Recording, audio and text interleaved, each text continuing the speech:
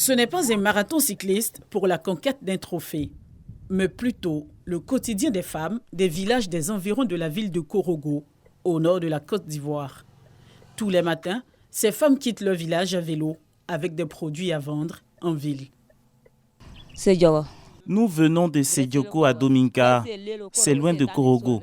Nous sommes obligés de nous y rendre à vélo. Moi, je vends du charbon. Un sac à 1000 francs et tout va me rapporter 5000 francs CFA. Je vais acheter du savon pour la lessive et la vaisselle. Si j'ai du charbon demain, je vais encore revenir. Nous ignorons le nombre de kilomètres parcourus, mais nous venons de loin. Les véhicules n'arrivent pas dans notre village, à Naoka.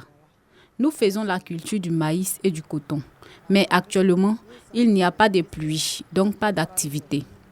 Nous sommes donc obligés de vendre des mangues et tout ce que nous pouvons. Le moins de francs gagnés, j'achète aussi du savon et des légumes. Vieilles comme jeunes, elles vont toutes chercher de quoi acheter du savon et des légumes. Avec pour certaines, leur bébé au dos. Le parcours est cependant périlleux. C'est pas facile. Avec l'enfant au dos, c'est encore plus difficile.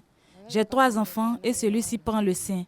Je suis obligée de me déplacer avec lui. Je vais vendre des mangues 3 à 50 francs CFA. D'ici 15 heures, je dois retourner à la maison. Et quand son bébé réclame son dû, Afou est obligé de marquer un arrêt.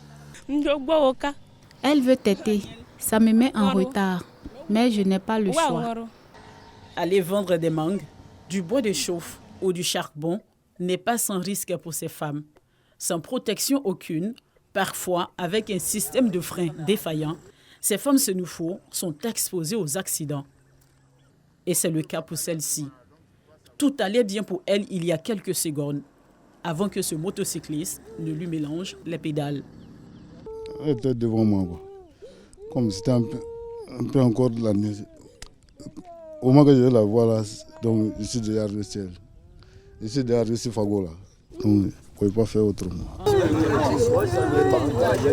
Ma tête, j'ai mal. Je partais vendre le bois de chauffe.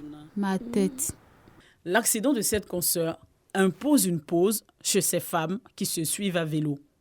Tristesse et même des crises d'ulcères pour certaines à la vue de l'accident. Les blessés sont pris en charge par les services compétents.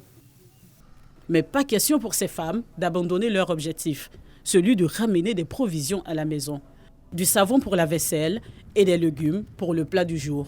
Malgré la fatigue et toutes les difficultés, il faut y aller à vélo ou en marchant quand la côte est difficile à monter.